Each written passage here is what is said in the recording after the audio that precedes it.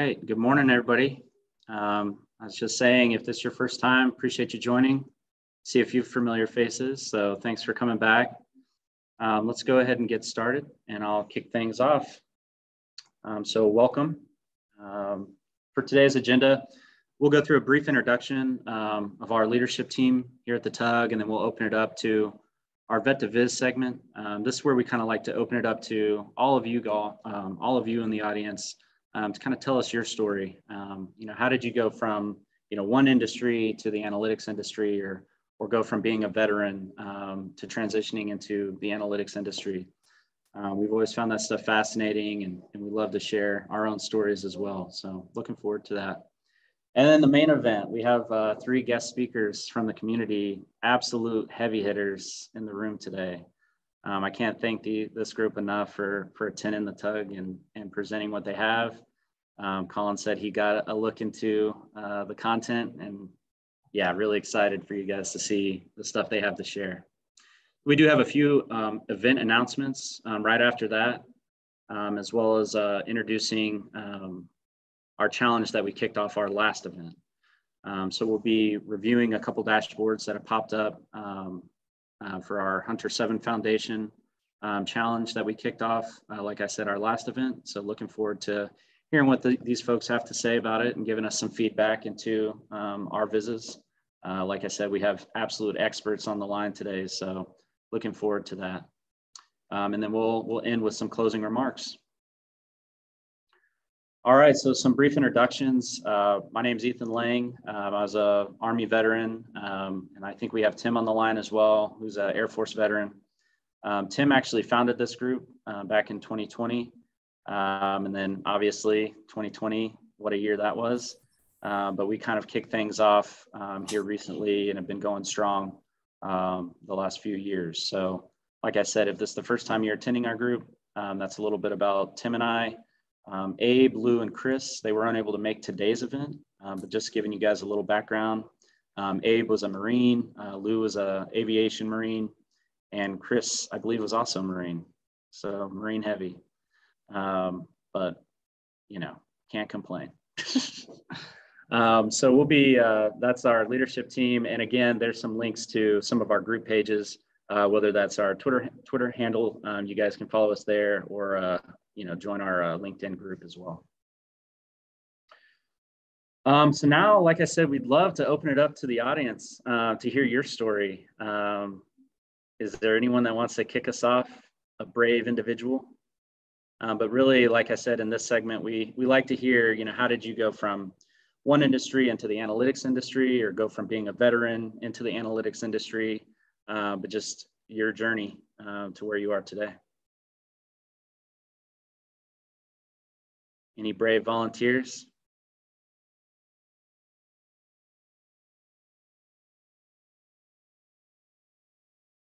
Quiet group today? Okay, I'll kick things off. Can you hear me well? Can you hear me well? This is Tim. Yeah, go ahead, Tim. Okay, yeah, I've been having some audio issues. Nicole said that she'll share her story. She's not a vet, but we welcome vets to share their story too. Yeah, just jump off mute, jump right in. Hey, Ethan. Hey, Tim. Hello. How are you guys doing? Good. Great. Good to have you back. It's good to be back. I enjoy your TUG the most. So I did make a career transition from a healthcare clinical role to a data focused role. And some people have found it helpful to hear because it's hard to do sometimes. So I have a degree in English, and so I became a pharmacy technician, obviously, because that's what you do with a degree in English. And I worked at the University of Maryland Medical Center, at UNC Health in Chapel Hill, and I worked in pediatrics in Maryland, and then in oncology in North Carolina. And excuse me, when I was in the oncology pharmacy in North Carolina, I primarily calculated dosages of chemotherapy and mixed them up per patient. in a pretty busy IV infusion center. So I did that for 4 years in a row, and I was getting bored. So I talked to my boss, and he was like, well, he's like, the pharmacy informatics team that was just developed has a role. And he's like, you would probably be good at it, but we don't want to lose you, whatever. He's like, do you want to just, go talk to them? So I did. They were working with the data that comes from the automated dispensing machines, like Pyxis or Omnicell. If you've been in a hospital, you see a nurse go up to a machine and like a drawer pops open and you get a pill out. Those will give you inventory data, expiration date data, lot number data, say if something gets recalled. So I got really fascinated about this, and I was like, wait, we can use this data to like individualize the drugs that we have on certain units, because certain drugs were expiring all the time. Like cardiac specific drugs should go on the cardiac units. Pretty obvious, but pharmacy informatics was a very new field at that time. This was 2010. And healthcare is behind every other industry where data is concerned and technology is concerned. So we started doing that, and I would just have ideas, and other people on the team would have ideas, and we implemented them. But it was the analysis mostly happened in Excel, as many people I'm sure started with.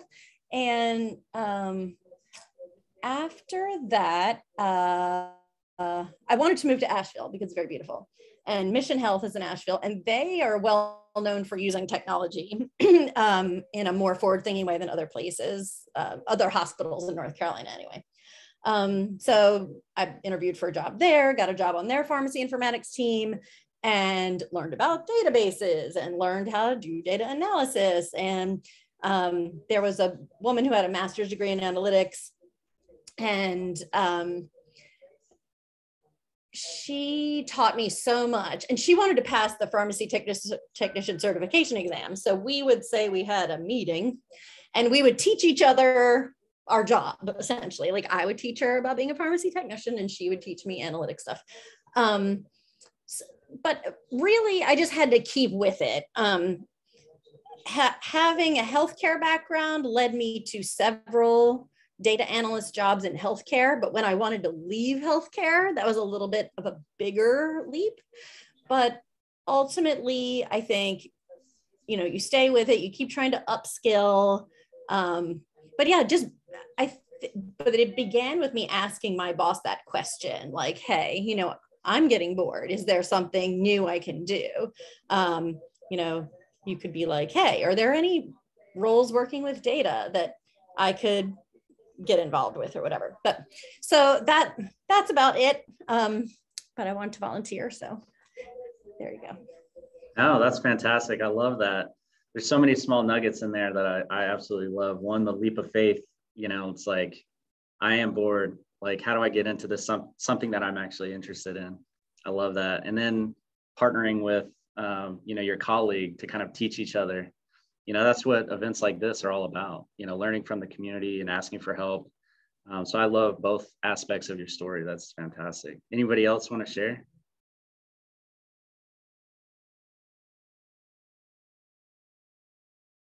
Sorry, I shared mine before, but does that mean I can't share it again? Oh, you can share as many times as you'd like. People are bored hearing mine, so I'd appreciate it if you jump in. All right, cool. All right, my name is Tito Amogus. Well, right there it says Prometheus, but don't call me that because I might think I'm in trouble. But anyway, I was in the Air Force from, oh my gosh, it's like 3,000 years ago, the year called 1995 to 2015, retired in 2015 and moved to Nashville. And part of the reason I moved to Nashville is like my family is out there. Another reason I moved there is because I wanted to get into like healthcare analytics.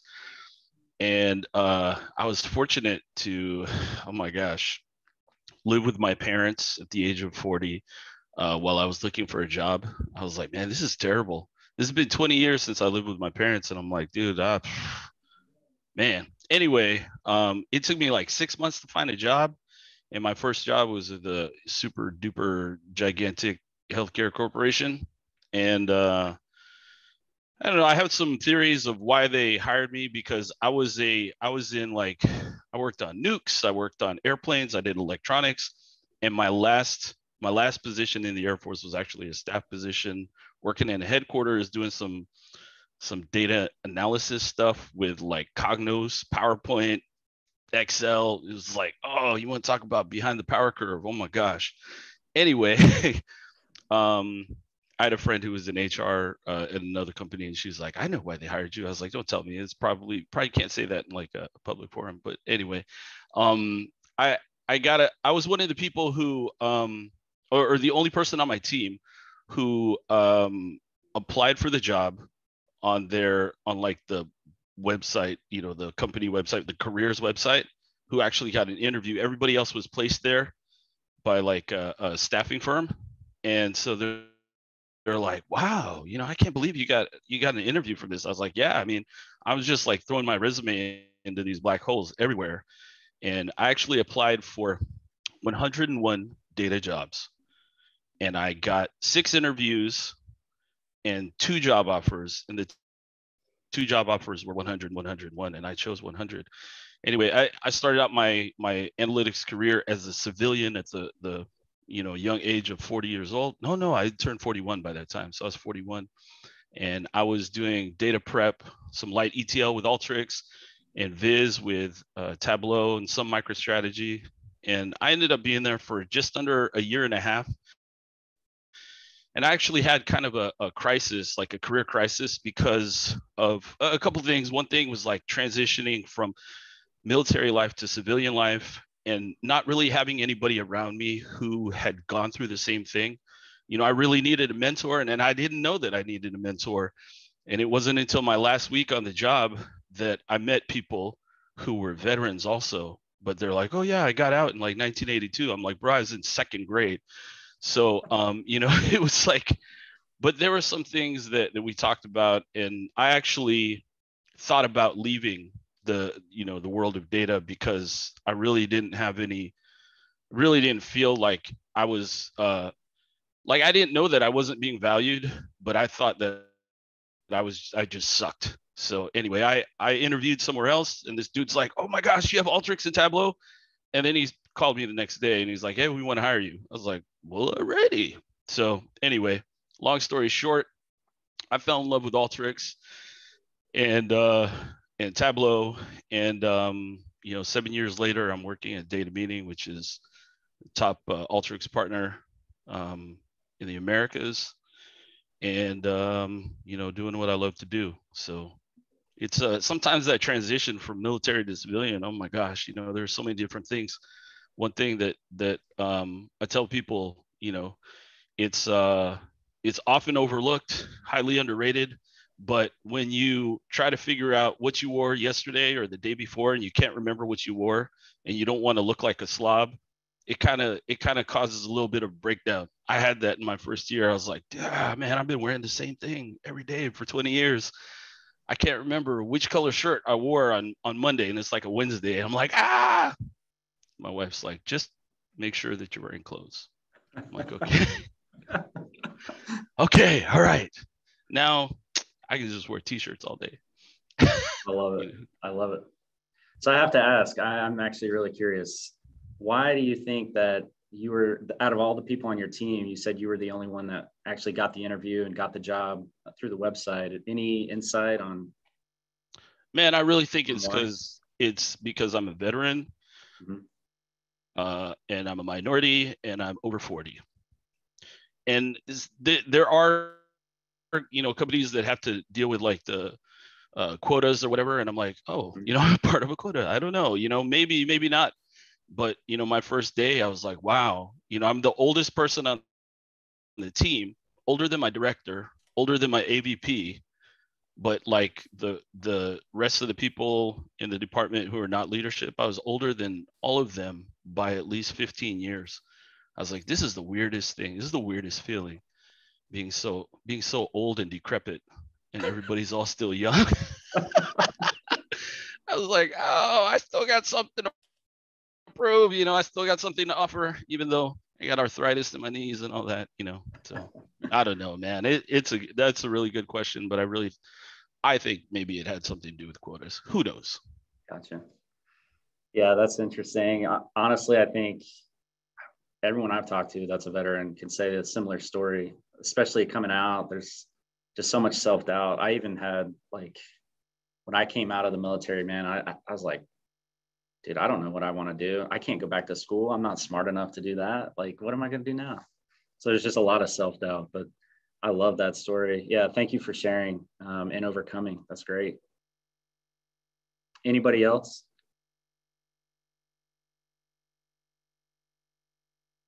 We got time for maybe one more.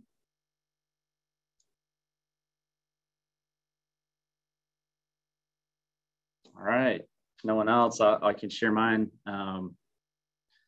So I didn't do too well in school, and I didn't have a lot of opportunities where I grew up. So I decided to join the military. It's what everyone does in my situation. So I joined the military as an MP, got to my first duty station, did a deployment to Iraq, came back, got out, and I still didn't know what I wanted to do. Like I said, I kind of just mentioned it. I had a lot of self-doubt. I didn't do well in high school at all. So I didn't think there was a future for me going to college. But I took that leap of faith that I mentioned earlier, and I went to college. I decided to do the hardest thing that I could find in there, which was computer science and engineering. So I got into computer science and realized very quickly I didn't want to do calculus equations for the rest of my life. But I did take a statistics class, and I fell in love with it. I had a great professor who kind of walked me through everything, and I just loved how it all worked, how powerful it was when you're trying to make an analysis. You know, you can take a data set and really just come out and describe it and everything in it. So I absolutely love that aspect of it. So I fell in love with statistics. So I went to my guidance counselor, told him about that. He said that there's this brand new thing that is weird, but you know, it's happening. It's called analytics. People are getting into data, and the business school is actually like developing a school called business analytics. You should go talk to the director. So I met with him. He convinced me very quickly that that's probably more aligned with what I liked.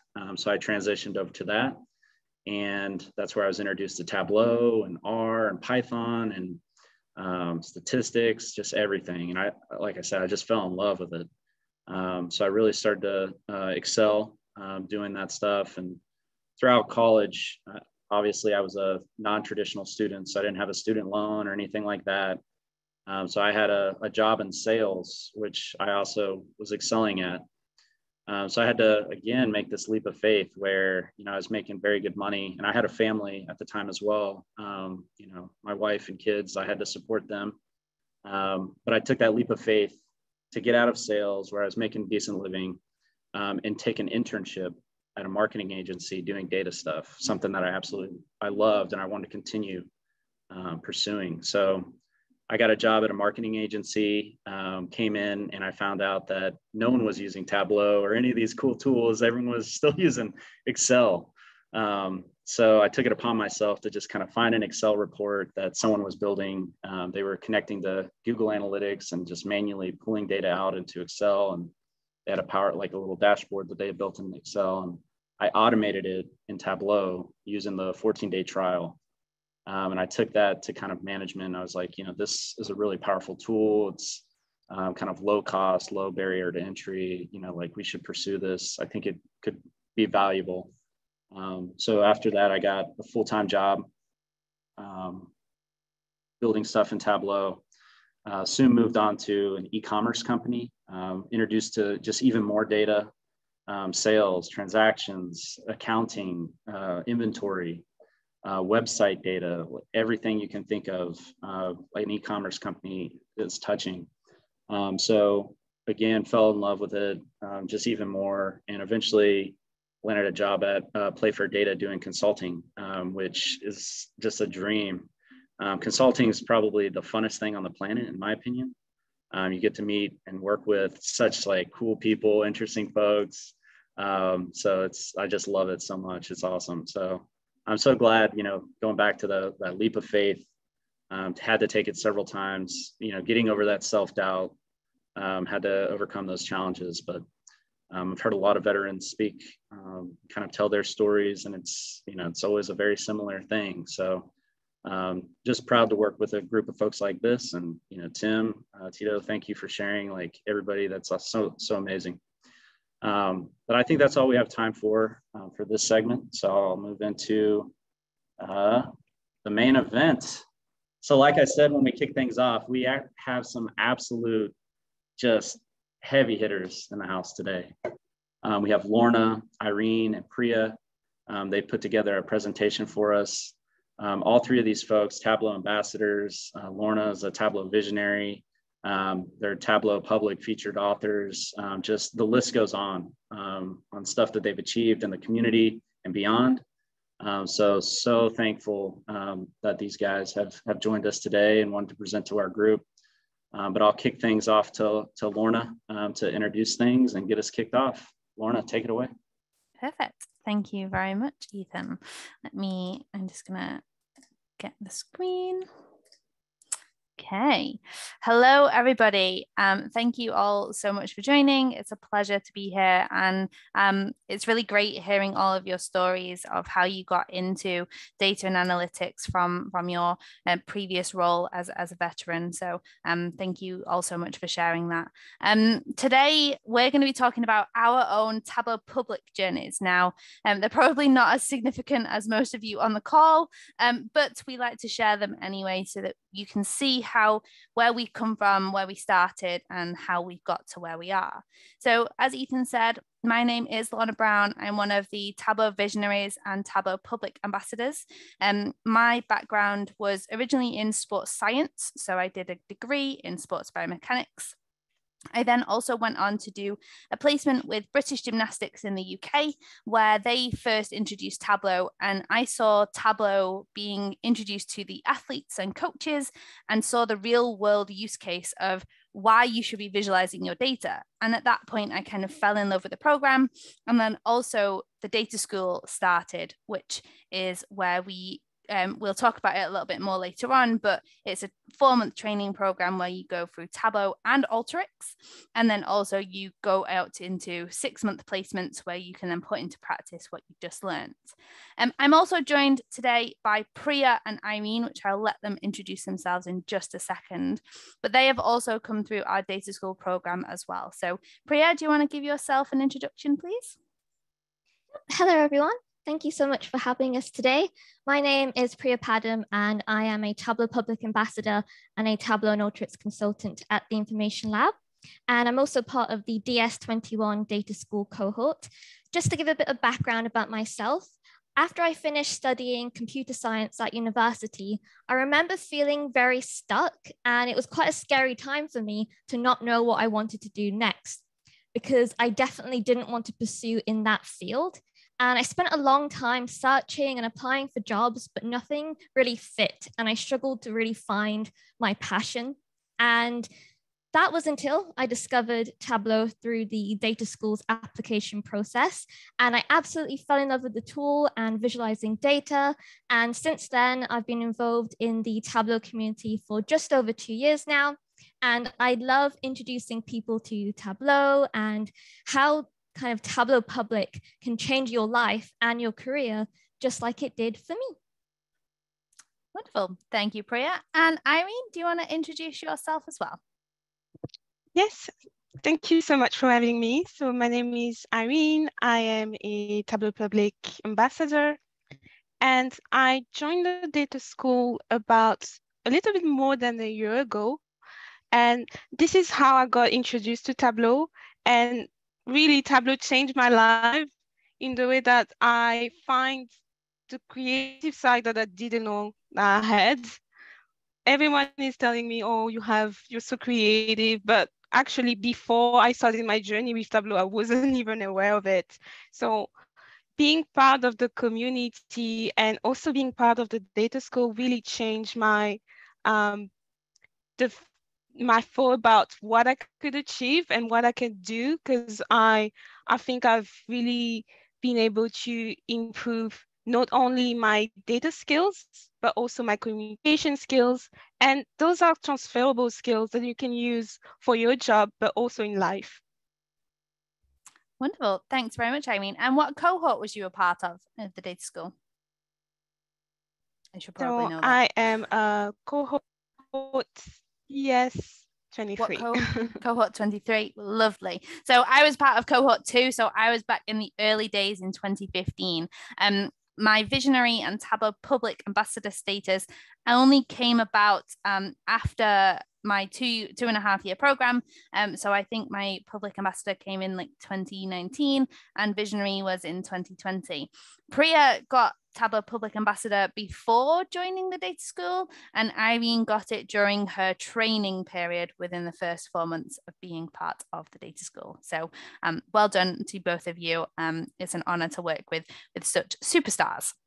So with that, what I'm going to start with now is, where did we start with our Tableau Public? Now, I really, really, really hate showing this visualization because of how much I just cringe every time I see it, but everybody has to start somewhere. And please bear in mind that this visualization was built in 2015 when the software was not as good as it is now. So I'm just putting that forewarning there. But this is where I started. So I started by building my gymnastics data that I was using in my placement. And this was my application visualization to the data school. So for this one, for me, I wanted to just explore the different features and functionality of Tableau. Best practice was not on my mind at the time. But however, when I got into the data school, I realized that, and we did a makeover of this visualization, you'll be pleased to know. But again, we all start somewhere, and this is where my visualization started. And it kind of, as well as the application process, it really did help the gymnasts at the time, or the performance analysts, to go and see who was winning those most medals, like what was the scores that they were winning by, and all those sorts of things, to sort of compare how the UK was doing compared to the rest of the world. Priya, do you want to take us through your first viz? Yep, so this is actually also my application viz, but don't worry, this is the first draft. I did not submit this viz to the data school, but I do have a kind of finished version as well, but it's all about street crime in Greater London. And when I look at this viz now, I see someone who was very excited to kind of put as much as possible on the dashboard and showcase every feature they were learning about at the time as a kind of beginner to Tableau. So we have kind of filter actions, parameter actions, sheet swaps. There's a lot going on this viz. And I feel the need to mention the pie chart at the top with 14 yes, you heard that right, 14 segments. Let's just ignore that. That definitely did not make it to the second draft. But I learned so much when creating this viz, and I really enjoyed the process of making it, especially because who knew a job application could actually be so much fun? So it actually was a really great experience creating this viz. Wonderful, thank you. And then last we have Irene's first visualization. You want to talk about this one? Yes. So I decided to do women, legal, gender equality over the world. And I decided to pick that topic because I have a law degree. So I thought a good way to get started, pick a topic that's and interests you. And I think that's a good way to start with Tableau. So because you're going to put more work in when you do a topic that you like. And this visualization is not perfect, but I was really, really proud of it. And yeah, that's how I got started with Tableau. And was this also your application viz for the data school? Yes, so it was my application viz for the data school. Yeah. Oh, wonderful. So all three of us started on our first data visualization when we were applying towards the data school. And so again, Colin will talk a little bit about that later on, but the way that we do the applications is by just submitting something that you really, really enjoy. So mine was gymnastics. We had Priya's, which was the street crime, And then we have Irene's, which is the legal element. And you really do find your passions when you're trying to visualize something about that. So next up, the way this session is going to run is we're going to go through some questions. It's going to be a bit more like a Q&A type of session where we're going to ask some questions and we're going to tell you our experiences as we go through. So the first question is to Irene.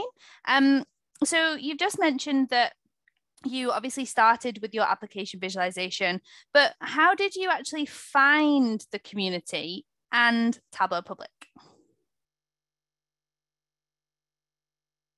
Okay, so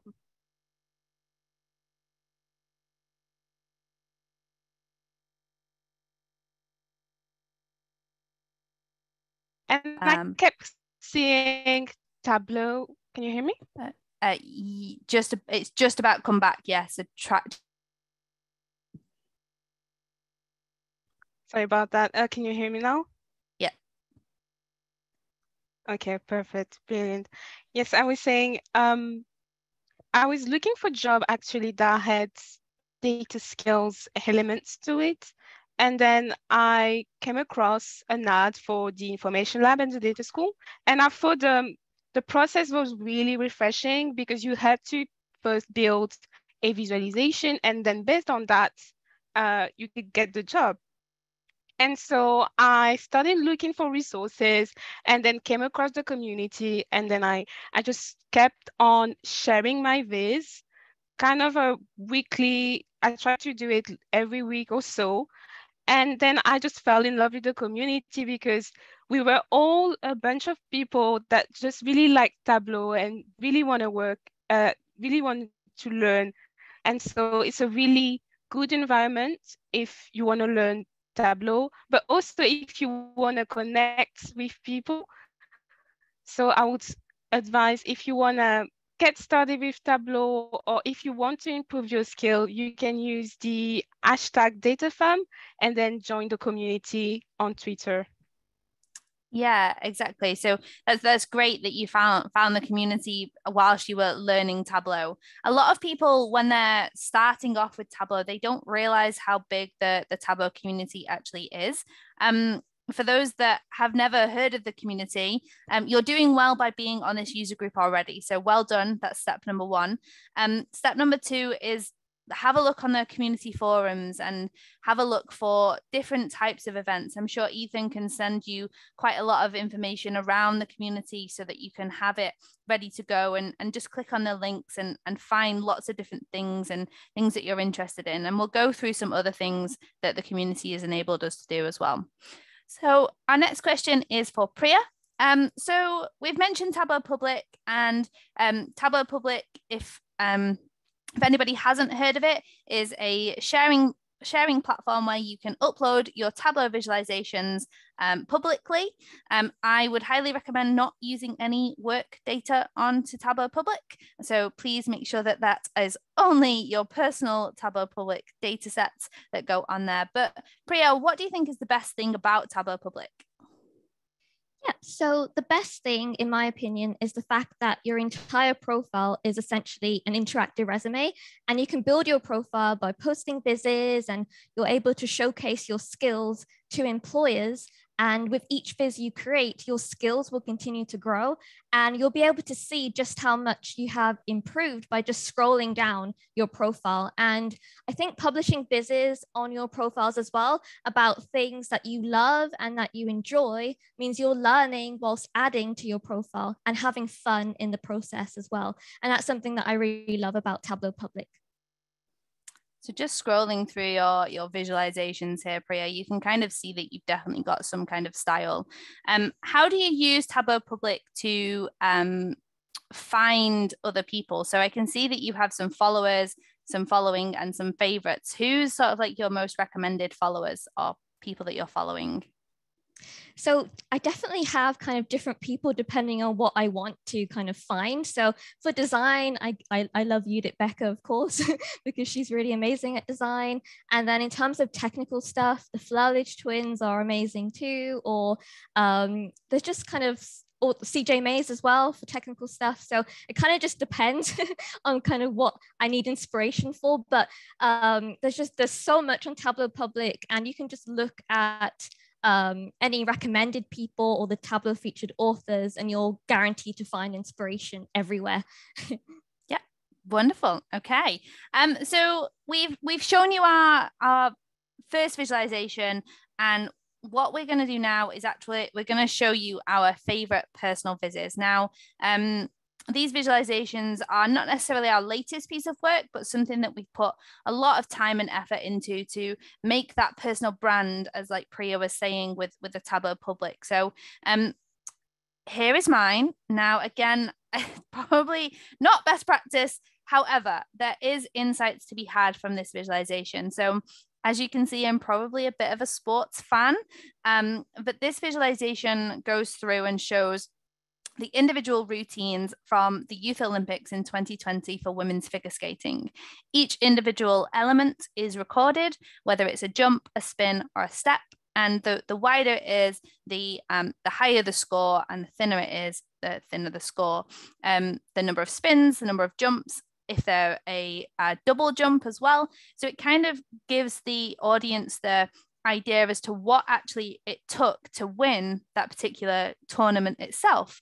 So you could see kind of the difference between the number one and the number two, and how many spins, rotations, and jumps they did, and compare that to the finals as to whether anyone has increased their difficulty versus whether they've played the safe game to try and make sure that they maintain a medal. So this is kind of where my passion lies, is within sports and sports data. You'll see that it's actually designed by Lorna, which was my maiden name. I just haven't gone back and updated all of those visualizations for the past. But for me, this was just kind of something that I wanted to put together. I challenged myself. I think I built all of the data in Alteryx. So I actually took the data set from PDFs and then passed them out and made all of the individual elements within Alteryx as well, so that we could have all of these loopy, spinny items on there. Next up, we have Priya's favorite visualization. So Priya, do you want to talk a little bit about this one? Yep, so this viz is all about movies from the 90s, and these movies are currently in IMDb's top 250 movies list. And I'm a big fan of movies from the 90s. Pretty much all my favorite movies are from the 90s, especially The Matrix, which is my all-time favorite movie. But I think this viz is my favorite because it was the first time that I experimented with map layers. And it's definitely a different way of representing data in such a small space, especially because every single one of the elements represents a different movie. So for example, the different shapes represent how many total awards or total Oscars, or even the genre of that movie. And it was just so much fun to figure out the design. And I kind of tried to go for an old Hollywood kind of feel with the title font. And I tried to make it look like spotlights were shining on the title as well. And it's a black and white theme. And it was just a really exciting project, which allowed me to learn a lot about map layers. And I also was able to write a blog post about how I created it and the techniques that I used to help anyone else out who was also interested in map layers as well. Wonderful. And if my memory is right, you got Viz of the Day for this, right? I did. Wonderful. Okay. And we will explain what Viz of the Day is in just a little while. Irene, would you like to take us through your favorite visualization? Yes. So this is one of my favorite visualizations because one of the first time I started experimenting between Figma and Tableau. And I also really tried to come up with a chart that I had never seen. So I think this is one of the first time I really went extra creative, but also it was a topic that was close to my heart because I feel like sometimes Africa is portrayed in a really bad way. So I really wanted to shine a good light on the continent. Cool. And this one was one of the featured visualizations as well on Tableau Public, right? Yes. Wonderful. And again, we'll explain that one in just a second. So next up, we have this option, which is using Tableau Public for inspiration. So Priya, do you want to talk about how you do that? Yep. So whenever I see an amazing viz that someone has posted on Twitter, LinkedIn, or Tableau Public itself, I immediately go and favorite that viz on Tableau Public. And it means you can create a kind of collection of vizes that you love, and you can revisit them later when you want that spark of inspiration. And something else I really love is the Discover page, which you can see on the screen right now. And it's separated into different sections, including trending, business dashboards, maps, alts and culture, and so much more as well. And you can even see the current Tableau featured authors throughout that page. And definitely give those people a follow because they're amazing. There's also VOTD, or Viz of the Day, which we talked about earlier. And that's where a viz is featured every weekday on Tableau Public and also Tableau's social media profiles. And that will actually showcase people's work in the community. So subscribing to those updates and keeping track of those can really help a lot, as it's full of unique designs and techniques to learn from. And you can also download those workbooks and reverse engineer them. And I know that definitely helped me as well to learn a lot of cool techniques. So all of these things helped me so much during the kind of overall vizzing process, both for kind of more artistic and personal vizzes, but also more kind of business style dashboards as well. Yeah, I was just about to touch on that business style dashboards. They have a section, as it was just going through the screen then, on business specific dashboards.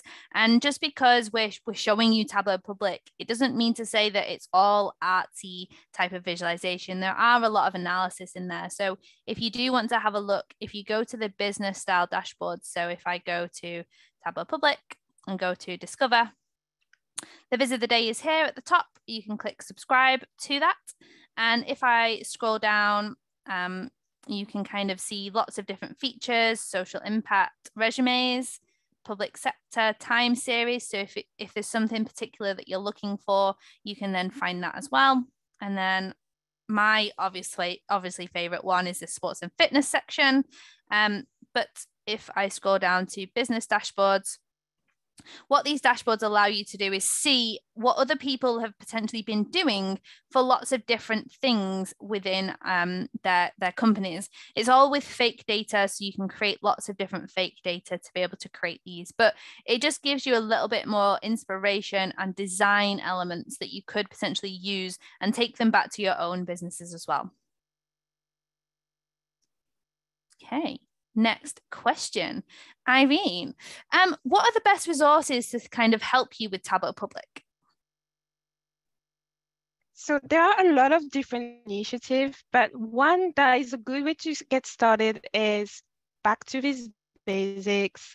So essentially, every week there is a new data set, and you can use that data set. It's typically a really simple data set to work with. And you also get some guidance on the type of charts you want to create and share it with the community, and you get feedback. So it's a bi-weekly basis as well. Then we have a lot of different initiatives. So based on what you like. So for example, we can say we have diversity in data.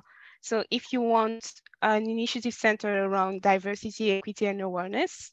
So we can see on the screen, we have a lot of different initiatives, but I just want to highlight Workout Wednesday. It's a really, really amazing initiative if you want to become a little bit more advanced with Tableau. And I think Lorna can also give us a little bit of background on Workout Wednesday. Yeah, of course. So for me, the projects that you've mentioned so far, Irene, are really great. So Vet2Viz Basics is really going back to those visualization basics. So how do you build a line chart, but how do you make that line chart look good? They're what you really focus in on your design skills. Workout Wednesday is a weekly challenge to recreate visualizations. So we actually give you the visualization in the end, and we give you a set of requirements. So for example, if I go back to my latest challenge, which is building a butterfly chart, we get the visualization, And you also get then a set of requirements, and you have to just recreate that visualization. Now, the way that we like to do it is it's mainly so that you can focus on specific challenges that we set. So this one, for example, was on LODs. We might have challenges on table calculations or dates and lots of different techniques. And for me, Workout Wednesday is when you want to excel at those specific individual techniques that you can then use. We've had a lot of feedback on Workout Wednesday where it's around, they've said that they've took an idea and taken it back into work as well, so that they've used the thing that they've learned and then taken it and applied it to their own data, which is very good feedback. Initially, this Workout Wednesday was created by Andy Kriebel and Emma White, who both work for the Information Lab, and Andy is our head global data school coach. So he is a real superstar within the Tableau community. Irene, do you have any other things to mention about the best resources for Tableau Public? Yes, I think something that it's good to have amazing community project that help you with the design elements to it, but we also have prepping data, which is a weekly challenge that helps you prepare your data sets. And this was also founded by Carl Alchin, who is a member of Information Lab and the Data School. So I'll advise also to get a look, because it's also important to know how to deal with your data preparation before jumping into your visualizations. Yeah, and prepping data is a bit like the Alteryx weekly challenges for those that do use Alteryx. And you can also use the prepping data challenges to then try and recreate them in Alteryx as well. So even though it's about Tableau prep, Carl and the team encourage people to use lots of different software. So I know there's quite a few community members that are trying to do it in SQL. And some people have also tried to do it in Salesforce recipes as well. So there's lots of different options there. Okay, next question. So Irene, this question is also back to you a little bit. So what is the best thing about being a part of the Tableau community? I think to me is the connection with the people, because I was able to make amazing friendship, but also you're learning quite a lot and you get so much inspiration from the community. So you get to learn, you have fun. So yeah, I mean, that's the best part of it. Okay, Priya, do you have anything to add to that? I completely agree. The fact that you can meet people all across the world and you all have that same passion for data, and then you can also relate on all kinds of other subjects, including the Matrix and movies as well, and just have so much fun. And what I really love about the community is the fact that they all want to help you and they want to watch you succeed, which is amazing. And it really did kind of change my life, finding the community itself. And I really want to also help others, like people helped me, especially new people to the community, and kind of give them that support and that good experience like I had when I first joined. And it really is kind of finding a little family, and everyone is so supportive and welcoming, and it's a great thing to be part of. So I'm really glad that I found it. Yeah, just to iterate what both Irene and Priya have said, the community for me has been like a family, and I've made some real lifelong friends through the Tableau community. And for me, without the community, I wouldn't be where I am now. So without finding the data school, without being told about the community, I wouldn't be a visionary. I wouldn't be a Tableau Public author, Tableau Public ambassador. I wouldn't be an author of a book either. So for me, now it's my turn to give back. So if I can help you in any way, please do let me know. Like, just my DMs are open, my LinkedIn's open. So just drop me a message if you're ever struggling with anything. I'm happy to be that mentor aspect as well if anybody wants to reach out. So please just do let me know. So last question to Priya then. How do we get started with Tableau Public? So something I really recommend is don't be afraid to get involved. attend a Tableau user group event just like this one and network and connect with other people who also are interested in data. I also recommend publishing your vizzes on Tableau Public and maybe even reach out to people in the community for feedback, especially through something like Viz office hours as well. And just to know, I know getting feedback can seem scary sometimes, and you can kind of feel a bit vulnerable putting your work out there. And I've been there, I completely understand. But I guarantee the moment that you do that, you'll grow so much more and you'll learn so much quicker as well by posting your work and kind of finding out what's going well and maybe areas that could be improved on. And the community is always happy to help and provide you with that feedback. I also recommend actually trying out new things and experimenting. And I kind of view Tableau Public itself like a playground, so have fun with it. And just like Irene mentioned, there are so many community initiatives out there. So there really is something there for everyone. So do actually check out Tableau's DataFam weekly roundup. And that's actually released every Friday. And it actually has a huge list at the bottom of every single initiative. And it also highlights community blogs and vizzes to kind of further ignite that inspiration for you. And I also wanted to mention that you all have a unique voice to share, and you have your own experiences and you have your expertise as well. And you can share that with the community by posting your vizzes or through blogging, and you'll actually be enriching the community as a result. So I highly recommend getting involved, participating as much as you can, and definitely, first and foremost, don't forget to have fun as well. That is awesome pieces of advice there, Priya. So thank you very much. And that's kind of all we really had for you today. But thank you all so much for listening and taking the time out of your day to listen to us three talking about our story and our journey. If you have any questions, feel free to unmute yourself, post them in the chat, or if it's directed at any one of us, we can then answer that as well. So I'm just going to open the chat window to see.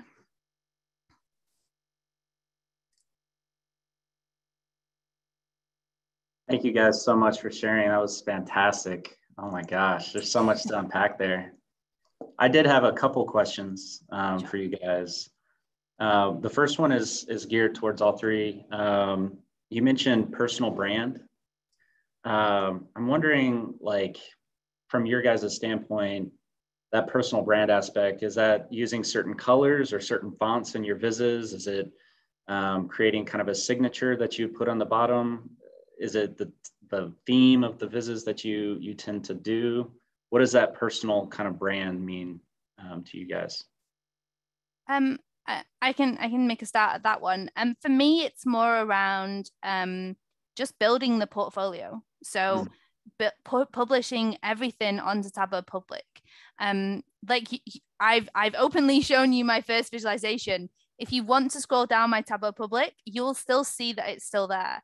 I've never deleted a single visualization from my public profile because I want to show that growth and that journey. Well, I hope it shows that growth and that journey throughout the whole of my Tableau Public career. So yeah, I think just publishing things, and you'll probably notice that everyone just naturally falls into their own individual style, whether that's using certain color palettes or everything uses all caps or using different images or things like that. Like, you'll find your own style, but don't also be afraid to differentiate from your own style, just to try something new as well.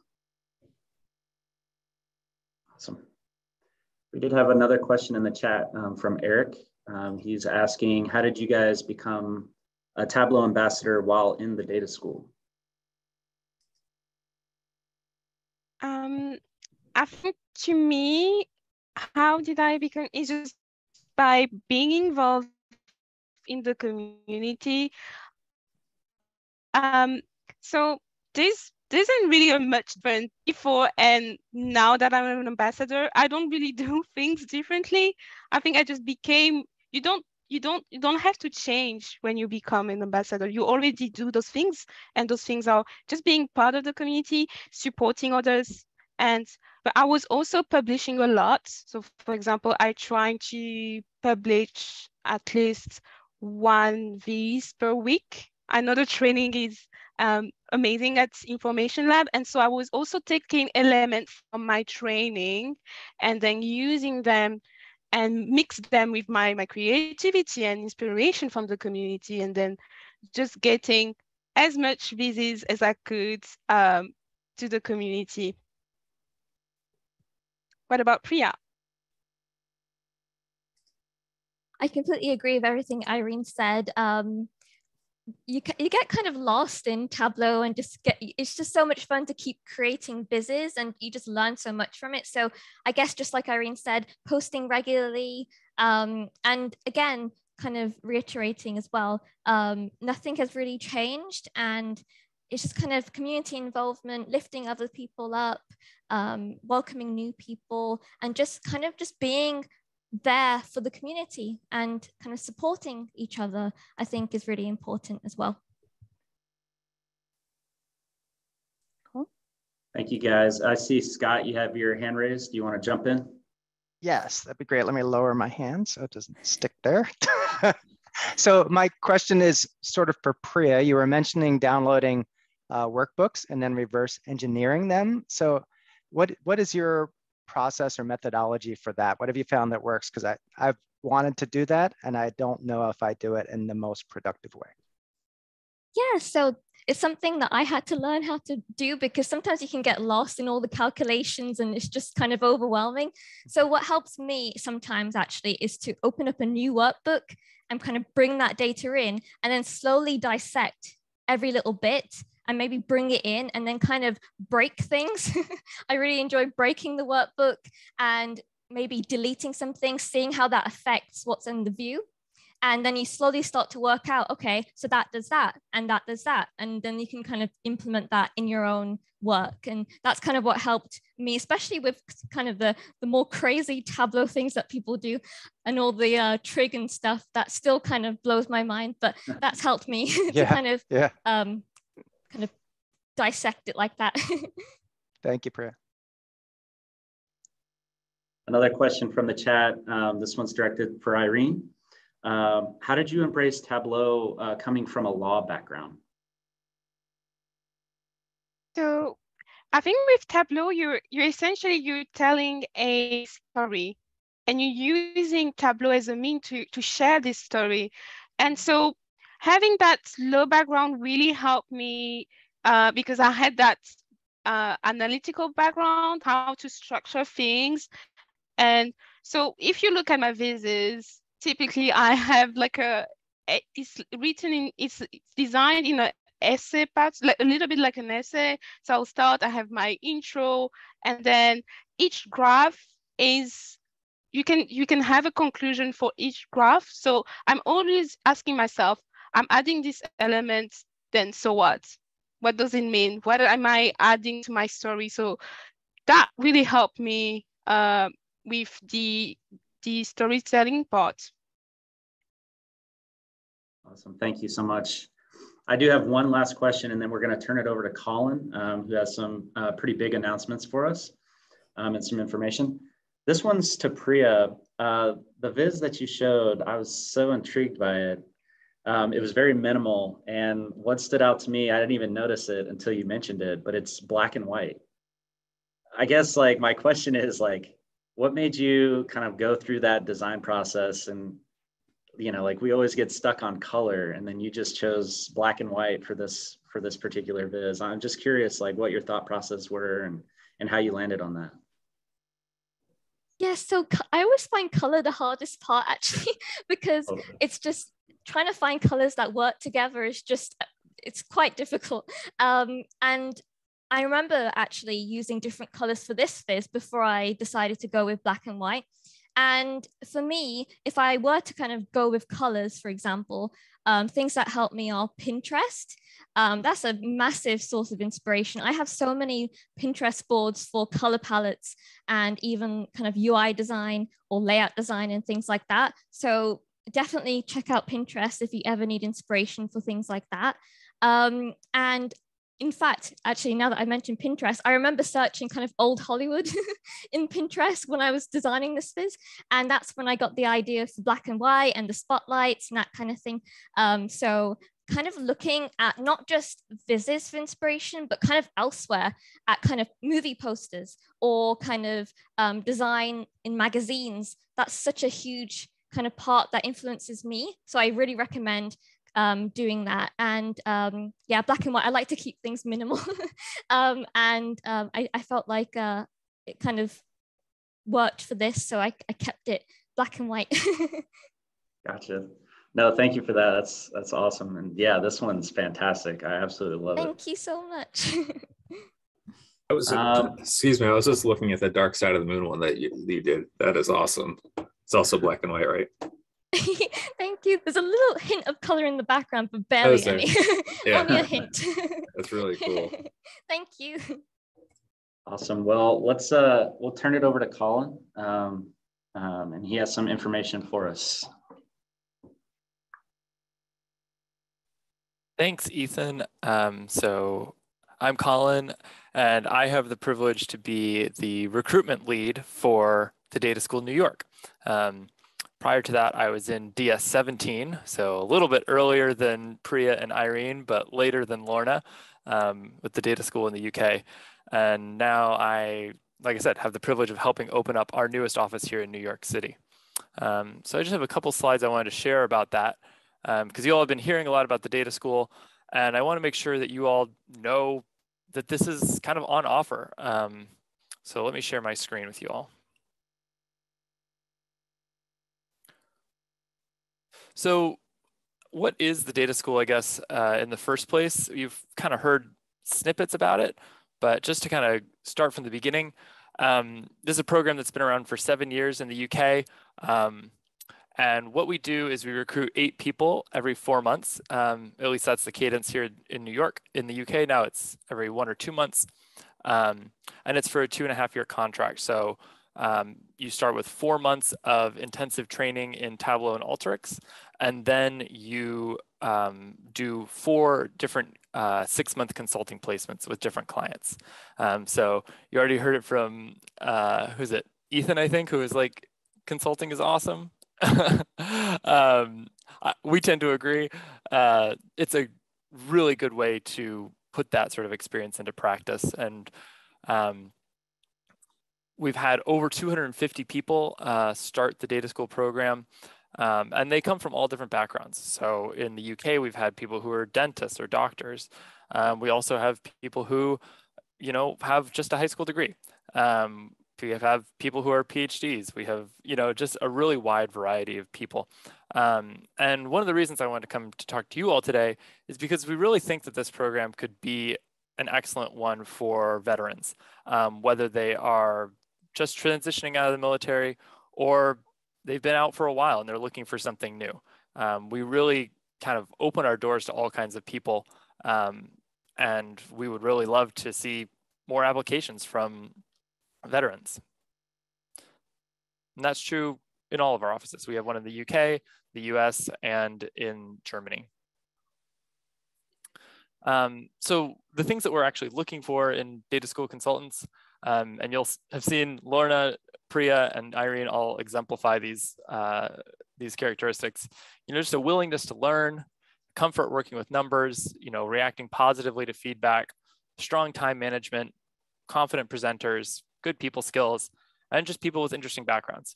So I think if you look at this list, you can kind of understand why we think veterans would be excellent for this kind of role, because I think when I think about, the kinds of skills that people gain through military service, it really lines up well with what we would like to see in our candidates.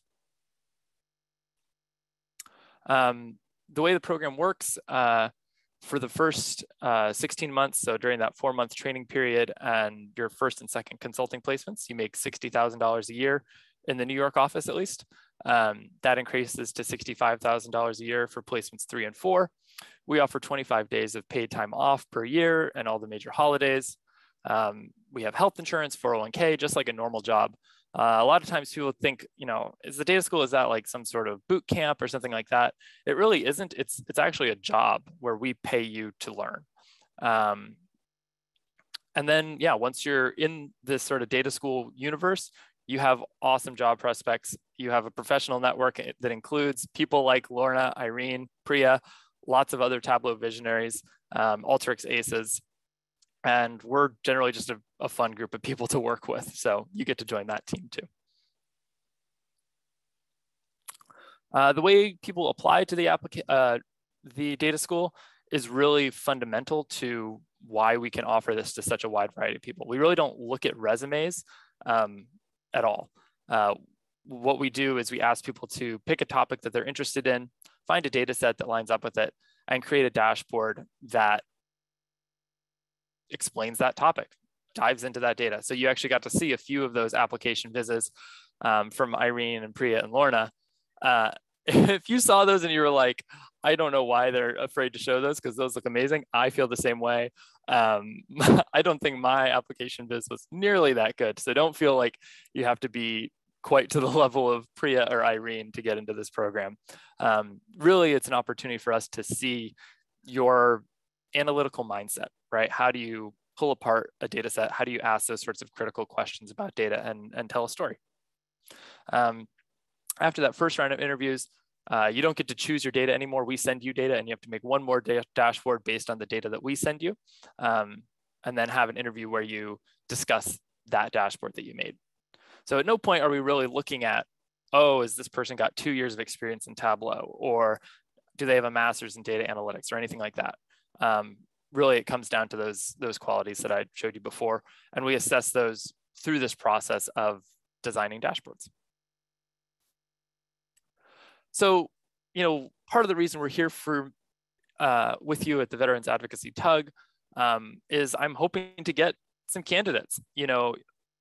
You may be thinking that the data school is a great option for you, or you might be thinking of another veteran, a friend or a family member who could really benefit from this kind of program. It is in person in New York, so we ask that people be in New York for the program. We've already had a couple people relocate to the city just to do this, but we also have people who are New York natives that are in the program. Beyond that, as a recruitment coordinator, I'm really looking to get more connections to veterans employment organizations so that we can kind of push this out there in a wider way as an option for people transitioning from military service. So if you have connections for me to those organizations, please let me know. I'll show you my contact information on the next slide. And I'm also just interested in any sort of suggestions you might have on how to engage with the veterans community. Ethan gave me some great ideas when I first talked to him at the Tableau conference a couple of months ago. One of those was coming to this tug.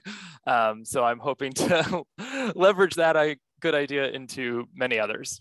So as Lorna said, my DMs are open. If you have immediate ideas as well, I'm happy to talk about them on this tug now. If you want to just kind of stay informed on our recruitment for Data School in New York, you can use that short link till.bi/DSNY mailing list. If you want to find me on LinkedIn, you can go to till.bi/Colin. And if you just want to email me, I'm at colin.smith@theinformationlab.com. Happy to have a longer conversation and really dive into the data school with anybody who's interested. And that's me.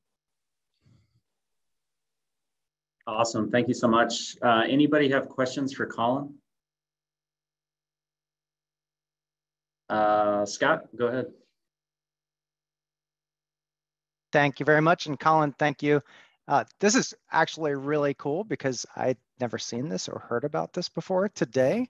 So it's very exciting. And I don't know if you've been on LinkedIn and looked at like hashtag DoD skill bridge, but there are skill bridge programs. I just got out of the military a year ago, like a lot of the other guys here for military, that you can take and do a program while you're still technically on active duty, but you get permission to do a program. Now, I want to say, I think it's normally 3 months. I don't know if it's up to 4 months, but it may be. I don't remember, but that's through the SFL TAP offices, but this would be a great candidate for that, I think. Salesforce is heavily engaged in the stuff that they're doing, I know, with the DoD Skill Bridge, Microsoft, some of the other bigger companies, but this would be a nice option for them. Now, in those skill bridges, just so you know, if this is something you want to talk to the data school about, when you do those for that period of time you're approved, you don't need a paycheck. So it might be a catalyst to almost do a different program, but similar, that could potentially be remote or close to their location? Because I think the challenge for people in that are going to New York City for 4 months. I know to do any of those skill bridges, it's relatively easy if you do it. Well, not relatively easy. You need your command's approval. That's what the gatekeeper, but it's usually pretty easy to get that. But if you're going somewhere else, that's where commanders start to get a little bit hesitant, because now they can't make sure you're not going to get in trouble when you're gone. So I would say consider that as an option. Could you compress it down potentially a little bit smaller and do it as a remote opportunity for people? I think you'd get more out of it. Yeah, I'll definitely look into that. And I have one more question. So do you ever have people with more experience who apply and higher pay bands, or is that fixed at that 60 and 65,000? The data school program is fixed, but we still have quite a bit of interest in career changers. So we have someone who is in our first cohort here in New York who had a whole first career in urban planning, and now she is, coming to the world of data analytics. So once you become a core consultant, so after that data school program, you can choose to apply to our, company to become a core consultant, and then the pay band is higher than that. But we keep it even for the whole data school. Great, thank you. Awesome. Yeah, and if anyone else has any questions, yeah, definitely feel free to reach out to Colin. I know he's happy to answer any questions and team up with you guys, especially if you have recommendations. But yeah, if you have any contacts or know of anyone that could benefit from a program like this, definitely send out that info and let them know. And hopefully that'll get some people into that program. It's a fantastic deal, and a lot of people in the community have come out of that. So highly recommended, definitely. Let me go ahead and share my screen again. I'll close things out here. All right, where am I? There we go. Okay, and as most of you guys know, we like to thank our speakers and anyone that participates in our events with a challenge coin. This is a military tradition that's been out there for ages. It's really close to home for all veterans, and we kind of like to share a little bit of that tradition with the Tableau community. So Irene, Priya, Colin, Lorna, we'll be sending you guys one of our challenge coins as a token of our thanks for joining us today. Really appreciate, and we learned so much. I know I did. So fantastic presentation for sure. Thanks, Ethan. It's an honor to get. Yeah, thank you guys. No, couldn't ask for better speakers. So really appreciate the partnership. Just to close things off, we do have a couple of announcements. We also kicked off our Hunter 7 Foundation challenge in our last event. To kind of give you guys a little bit of background on that, Hunter 7 Foundation is a nonprofit that does a lot of cancer research and support for veterans that have gotten cancer and things like that. As veterans, we're exposed to whether it be toxic materials or chemicals that really expedite some rare cancers that aren't very common, and especially a younger generation. But through their research, what they found is, veterans are getting cancers very early, and there's a lot of just not a lot of support and resources out there in the public sector and healthcare to really address this rising problem. So from their research, what they've seen is, people are getting cancers that are typically found in someone that's, 65 or older, and they're getting cancer diagnosed with some of those cancers early in their 30s. And the problem that we run into is, if we tried to get some sort of diagnostic or pre-attentive or what am I trying to say? Diagnosis, insurances won't cover that because you're not within that age spectrum. And it's just so uncommon to find that within a younger generation that there's just a lack of support and kind of knowledge behind that. Like I said, especially in the private healthcare sector. So we partnered with them to kind of kick off this challenge and just bring awareness to some of those things that we kind of found through data. And through that, we kicked off our Hunter 7 Foundation Challenge. So we're going to preview some of those submissions. So we'll start by pulling this guy up. This is really what kicked off everything. But this is the submission that I gave to them when we partnered, that they could use to kind of lead that conversation and show with data kind of the findings and stuff that they were looking for and investigating. But really what we found through this data, it was a survey that was sent out to nurses in the private healthcare sector. And just to kind of give you guys a brief overview, we looked through the data and we found kind of the main story is that there's a lack of education when it comes to veteran-related illnesses. And this risk leads to misdiagnosis or improper preventative care, especially, like I said, within that private healthcare industry. Toxic exposures, it could be anything from the diesel engines. Some of the armor is made with depleted uranium. So if the armor gets cracked and you're pulling security, you're exposed to radiation. So there's just a lot of like really weird one-off things that veterans are exposed to that not a lot of people are aware of. So through this data, what we found, again, just giving you a brief overview, is this was the survey that was sent out, and they asked questions how familiar they were with some of these veteran-related things. And you can see there was about 43% that said that they were extremely unfamiliar with these veteran-related risks. But then at the end of the survey, they surveyed the nurses and asked if they were comfortable providing assessments, even at their knowledge with these veteran-related risks. And 62% said that they were extremely comfortable providing thorough assessments and care. So there is kind of a disparity between kind of that knowledge aspect and providing the care that they wanted to highlight here within the survey. So what I did is I broke it out into the different sections that they had. And each of these circles, the size represents the number of survey responses. So the bigger the circle, the more responded for that particular question. And this was it. This was the data that we were given and the way we decided to visualize it. But I'd love to open it up to the forum and just get some feedback. If anyone has anything that they want to jump in and say, I'd love to hear it. Hey, this is Nicole Ethan. I love this viz, and I've been working with this data set, and you know, survey data is like notoriously challenging to work with. So kudos to you for finishing it in a reasonable amount of time.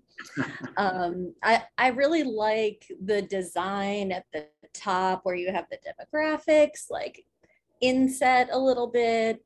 There's a lot of explanatory text that's really, really helpful, but it doesn't make your viz look cluttered somehow. Not sure how you did it that way, but every time I use a lot of text, I feel like it's cluttered, but this doesn't look cluttered to me. I also really like those diverging bar charts in the center. That was a really nice, because I was having I didn't see your viz until earlier today. I was having some trouble visually showing the disparity in what healthcare providers think they know about caring for veterans and the reality of it.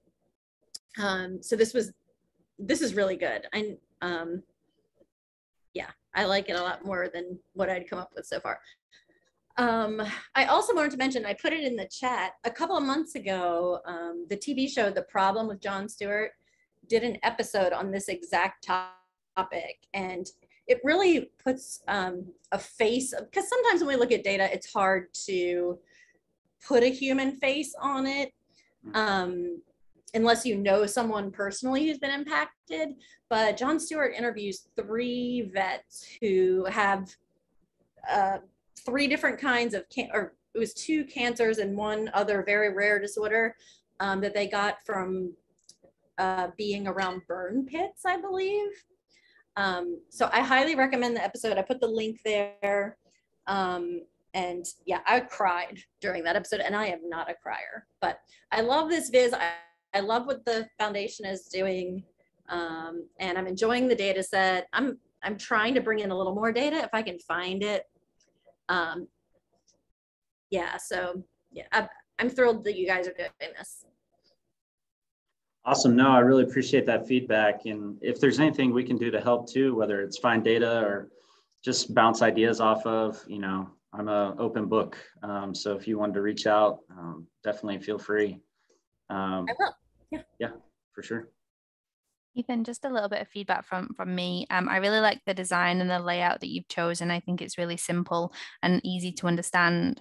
And the one thing that I think is, if you scroll right up to the very, very top, I like the way that you've highlighted that big block of text and the key things that you want to pull out from that. But I still feel like the visualization itself is missing its own just title. I feel like what the survey is about is kind of hidden in the little text as well. So maybe just having just a section at the top to say what the survey is, or just to title and frame the whole visualization. It doesn't have to be big, but just that one liner at the top to say the survey is about X, Y, and Z. I think that just really helps set the scene as well. On that, but I love those diverging bar charts. Very interesting to see the differences between the two. So yeah, other than that, I really like the viz, so great job. Awesome. No, thank you for that. That's amazing feedback. Yeah, definitely lacking a title for sure. I took that down as a note, but I'll definitely take a look at that. I appreciate that. Anybody else? I was playing around with this last night, and I just wanted to say I really love the feature at the top where you can toggle the charts. I thought that was cool. I was playing with that for a little bit. I really like that feature. So I just wanted to let you know. Oh, no, thank you. Yeah, I was like inspired by like a website, you know how they have like those carousels.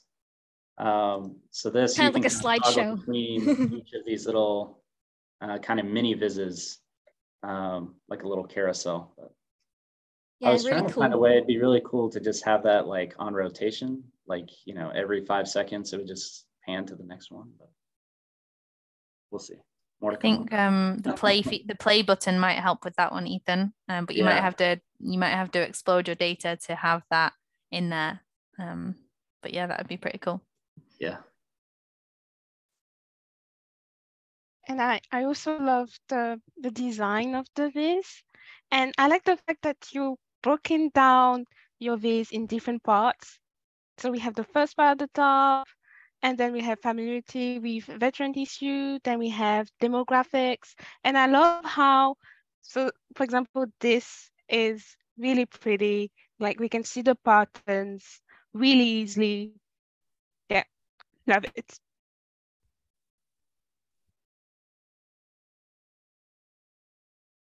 You broke up there at that last bit, but I appreciate what I heard. Thank you so much. Yeah, I was just saying the patterns are really easy to see when you look at the different questions. And I think it's a really pretty, yeah, it's really pretty. Awesome. No, I thank you for that. I appreciate that.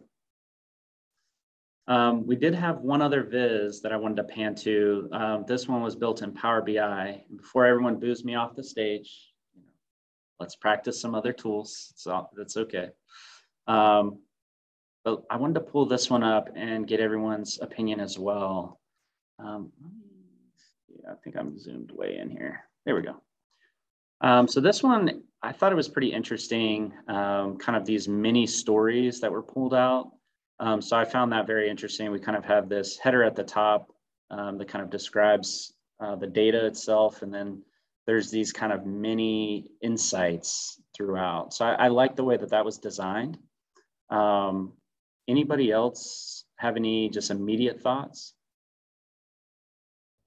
My first thought was, oh, look at that. Someone did that in Power BI. Are you kidding? Yeah, it looks nice. Can you, with the question numbers, is it either clickable or highlightable, and does it change the chart? Oh yeah, look at that. It does. Yeah, that's cool. That is cool. I guess one piece of feedback I noticed, this one, this seems like a global filter. It's kind of filtering this up here as well. So maybe bringing that up to the top would be good feedback. Hey, this is Colin. Just one design note I would say on this is just a little bit more padding, like internal padding on those text boxes. They're going right up to the edge, which is fine, but I think it would look a little bit more clean if, whoa, we just had a huge thunderbolt here in New York. It would look a little more clean if there was more internal padding there. Yeah, and just one last thing for me. Is it in the, can you just scroll up to the very top on this one? Does it say what question 10 is? So for me, coming into this like pretty fresh, I don't necessarily know what question 10 is. So maybe like an information icon to tell me what question 10 is all about. Like, is it about the number of like the what question is it? The overall theme of that, I think would really help with that.